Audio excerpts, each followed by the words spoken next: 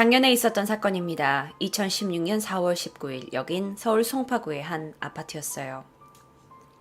아버지는 아침 일찍 운동을 나가셨습니다. 어머니는 이미 자신의 직장인 미용실로 출근하신 상태였고요. 집에 혼자 있었던 정은 씨. 정은 씨는 여느 때처럼 자신의 출근 준비를 하고 있었죠. 그때 누군가가 초인종을 눌렀습니다. 띵동. 올 사람이 없는데 누구지? 현관문을 열어본 정은 씨는 깜짝 놀랐죠. 문 앞에 서 있던 사람은 다름 아닌 헤어진 전 남자친구 한재준 씨였습니다. 당시 시간은 출근이 한창일 아침 시간이었습니다. 뭔가 이상했습니다. 그의 표정은 차가웠고 다음으로 눈에 들어온 건 한쪽 손에 들고 있던 흉기였습니다.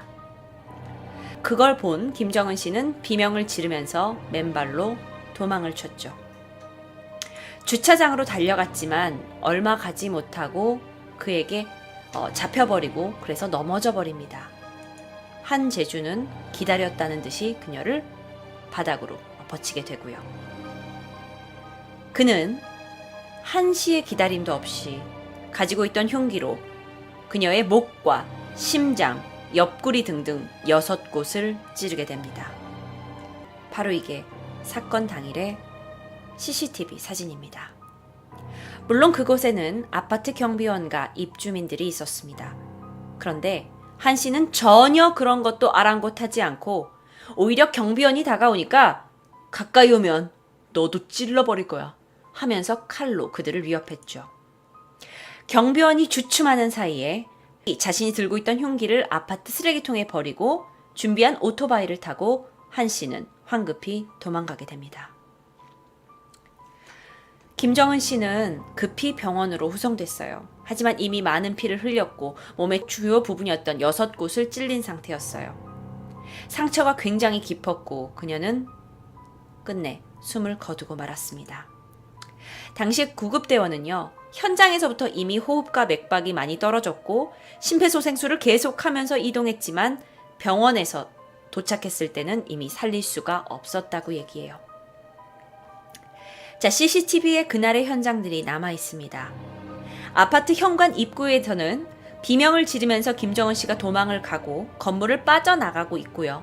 그리고 뒤에는 칼을 들고 쫓아오는 그 한 씨가 모습이 보여요. 이 사진 속에 앞에 하얀색 옷을 입고 있는 게 정은 씨고 또 뒤에서 검정색 바지 부분만 보이는 게 한 씨의 모습이 따라오고 있어요. 이게 고스란히 다 찍혔어요. 게다가 아까 사진처럼 주차장에서 범행 현장도 고스란히 찍혔습니다. 범행 현장에는요, 한 씨가 남기고 간 회칼, 과도, 로프, 나일론, 끈, 게다가 염산까지 발견됐어요. 그러니까 누가 생각해도 이건 범행을 철저하게 준비한 것이라고 알 수 있었죠. 조금 안타깝지만 CCTV 화면 보시죠. 네, 어제나 서울 송파구의 한 아파트 단지에서 한 남성이 휘두른 흉기에 30대 여성이 찔려 숨진 사건이 발생을 했습니다. 용의자는 현장에서 달아났고 아직까지 붙잡히지 않은 상태입니다. 윤수영 기자입니다. 한 여성이 아파트 현관을 다급히 뛰쳐나갑니다. 그 뒤로 마스크를 반쯤 쓴 남성이 쫓아갑니다. 여성이 넘어지자 남성이 달려들어 흉기를 휘두릅니다. 사람들이 말리지만 아랑곳하지 않습니다. 어제 오후 12시쯤 서울 송파구의 한 아파트에서 32살 한모 씨가 31살 김모 여인을 흉기로 찌르는 모습입니다. 김 씨는 목과 가슴 등에 상처를 입고 인근 병원으로 옮겨졌지만 곧 숨졌습니다. 나와가지고 이제 보니까 내가 이제 칼 들고 쫓아나와서 이러고 찔러준다 해서 뒤로 물러나는 사이에 그렇게 해버렸다니까. 한 씨는 범행 직후 아파트 안으로 다시 도망쳐 흉기를 버리는 등 은폐를 시도했습니다. 범인은 이처럼 아파트 옆문으로 나와 쓰레기통에 범행 도구를 버리고 달아났습니다. 한 씨는 범행 직후 인근에 세워놓은 오토바이를 타고 도주했습니다. 알려고 키가 좀 큰 편이었거든요. 이쪽에서 저쪽으로 도망을 갔더라고요. 그 남자가 쫓아갔는데 그 사람 오토바이 타고 가고. 경찰은 두 사람을 연인 관계로 보고 사건 경위를 파악하는 한편 용의자 한 씨를 뒤쫓고 있습니다. 자, 신고를 받고 출동한 경찰은요, 이 현장 주변의 CCTV와 또 그가 남긴 그 증거 그리고 목격자 진술 등을 통해서 한 씨를 찾아 나섭니다. 한 씨는 범행 후에 처음에 송파구 문정동으로 도주를 합니다. 그런데 이곳이 어디냐면 피해자 김 씨 어머니가 운영하고 있는 미용실이 있는 곳이었어요. 근데 그 다음으로 도주한 곳은 범행 현장에서 약 15km 정도 떨어진 경기도 구리시 교문동의 한 비닐하우스입니다. 경찰은 결국 추적 끝에 이곳에 은신해 있던 한 씨를 범행 하루 만에 체포하게 됐어요. 그런데 여기서 더 소름 돋는 게 있어요. 한 씨가 체포된 이 구리시 교문동의 이 비닐하우스는요, 피해자 정은 씨가 가해자 한 씨를 남자를 만나기 전에 10년 정도 사귄 전 남자친구가 살고 있는 집 근처였어요. 그러니까 엄마의 미용실로 갔다가 다시 자기가 죽인 여자친구의 남자친구가 살고 있는 곳으로 간 거예요. 그래서 사실 여기에 대한 추측이 있을 수 있죠. 사실 정은 씨의 아버지는 이 범인이 딸을 죽이고 나서 엄마도 죽이려고 했고 정은이의 전 남자친구까지 죽이려 했던 것이 아니냐고 의심했지만 범인은 물론 이에 대해서 완강히 부인했습니다.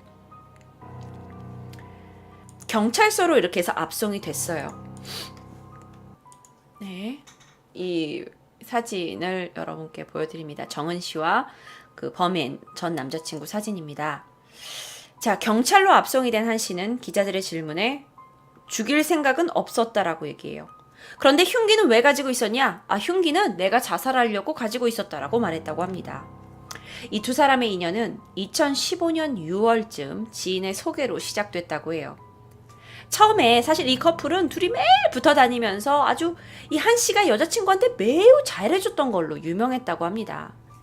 아침에 이 정은 씨를 직접 집으로 데리러 와서 회사까지 출근시켜주고 퇴근이 하게 되면 집에까지 다시 데려다주는 그런 아주 그런 남자친구였다고 해요. 엄청나게 시간을 많이 쏟아붓는요. 그런데 이런 게 잠시였다고 해요. 범인 함 씨는 점점 정은 씨에게 집착이 과도해지기 시작했어요. 너 어젯밤 누구랑 어디에서 뭐 했어? 근데 왜 나한테 연락 안 했어? 하는 질문으로 시작이 돼서 여자친구의 사사건건의 생활들을 모르게 되면 화를 내기 시작했죠. 그렇게 병적인 집착이 시작됩니다. 게다가 남자친구인 자기를 아닌 다른 사람을 만나게 되면 심지어 여자친구조차 극도로 싫어했다고 해요. 그래서 두 사람은 점점 다툼이 잦아졌고요. 결국 2016년 2월, 그러니까 범행이 있기 2달 전에 정은 씨가 결별을 선언합니다.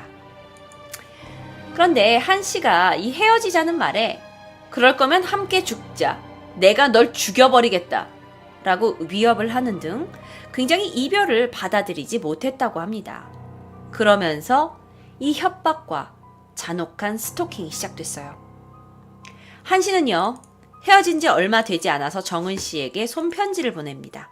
여러분, 손편지 내용 잠깐 보여드릴게요. 안녕 여보야? 잘 지내는 거야? 어디 아픈 데 없고? 우리가 헤어진 지 정확히 12시간이나 흘렀네. 여보는 내 생각하고 있을까? 난 지금도 방금 만났던 것처럼 여보의 모습과 향기를 기억하는데. 시간을 되돌릴 수 있다면 여보를 떠나보내지 않을 텐데 후회만 남는구나. 혼자 있는 서울이 이렇게 고독하고 외로운 것인지 몰랐어. 여보가 없어도 난 여전히 자기를 사랑하고 그리워하는데 이렇게 멀리 있지만 내 마음이 느껴져? 정말 최악이었죠. 쉴 새 없는 문자와 협박 전화를 하기 시작했어요. 그러다 이런 말도 나오게 됩니다. 내가 예전 여자친구도 헤어질 때 죽이려다 실패했고 다리만 부러뜨렸거든. 넌 실패하지 않을 거야. 이렇게 협박의 수위가 점점 높아졌어요. 그런데 이것만이 아니에요. 이 한 씨가 거의 매일 정은 씨가 사는 아파트 앞에 나타났어요. 이 아파트 앞에요. 그래서 보란 듯이 집 앞에다가 자기 차를 세워놓고 멀리서 지켜보기도 하고요. 아파트 맞은편 교회에 올라가서 집안을 수시로 감시했어요. 그래서 이 한 씨의 스토킹이 점점 너무너무 심해지니까 정은 씨 아버지까지 불안감을 느끼기 시작했죠. 근데 부모님은 이걸 경찰에 신고하면 너무 큰일이 벌어질 것 같아서 아버지가 결국 딸의 출퇴근을 다 도와주기 시작합니다. 그런데 사건 당일엔 어떻게 된 거냐? 한 씨가, 이 범인 한 씨가 얼마 동안 정은 씨 집 앞에 나타나지 않았어요.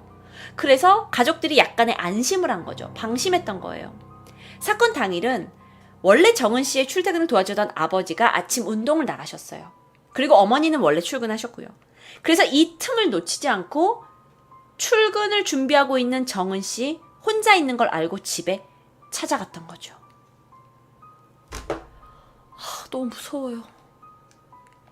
근데 그게 도대체 뭐 때문에 이렇게 병적으로 정은 씨한테 집착을 하고 살인까지 저질렀던 걸까요?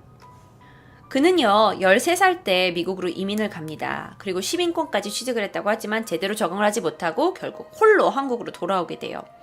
한 씨는 10년 이상을 홀로 한국에서 살았다고 합니다. 아주 예민할 시기부터 그 약간 외톨이적인 그런 경향이 있었다고 해요. 게다가 한 씨는 약간 그 혼자라는 두려움, 그리고 어떤 정에 대한 그 굶주림이 있었던 것으로 보인다고 합니다. 이 사건에 대해서 그 범죄 심리학자 교수는요, 원래 세상에 대한 이 피해의식을 가진 사람이 여성을 사귀게 되면 여성에게 병적 집착을 하게 될 가능성이 높다라고 분석을 하셨다고 해요. 정은 씨와 사귈 때는 이 사람은 일정한 직업이 없었다고 해요. 그러면서 정은 씨에게 돈을 빌리기도 했는데 이걸 빌미로 협박을 했다고 합니다. 그런데 한 씨는요, 수사 과정에서 자신의 형량을 줄이려고 무지 노력했어요. 계획적인 범죄가 아니었다고 얘기하는 거죠. 이건 우발적이었다고요. 스토킹이 아니고 내가 그냥 관계 회복을 위해서 우리가 좀 더 다시 만나자라는 의미에서 전화를 계속했었던 거라고요. 그것뿐만이 아닙니다. 그는 자신의 그 형량을 줄이기 위해 무려 변호사를 4명이나 선임하게 됩니다. 그러면 칼로 죽였는데 그 칼은, 흉기는 왜 가지고 왔어? 내가 칼은 사실 겁만 주려고 가져왔던 거고요. 칼로 찌른 기억은 안 나요. CCTV에 그렇게 남아있는데, CCTV에 이렇게 남아있는데 그게 말이 돼? 말이야 방구야. 이렇게 뻔뻔한 거짓말을 계속하죠. 결국 2016년 10월 6일 살인과 협박 혐의로 한 씨는 기소되고 무기징역을 선고받습니다.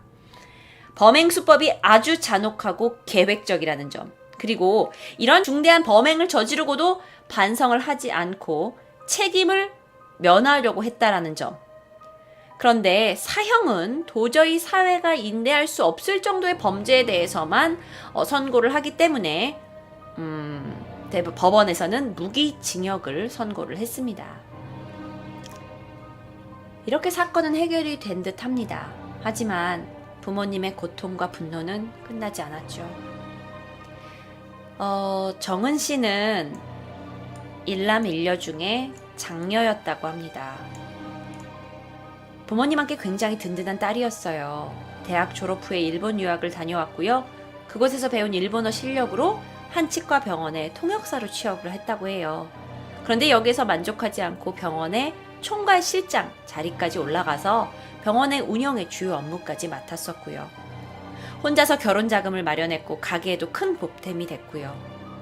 똑부러지는 성격에 부모님에게는 정말 든든한 큰딸이었습니다.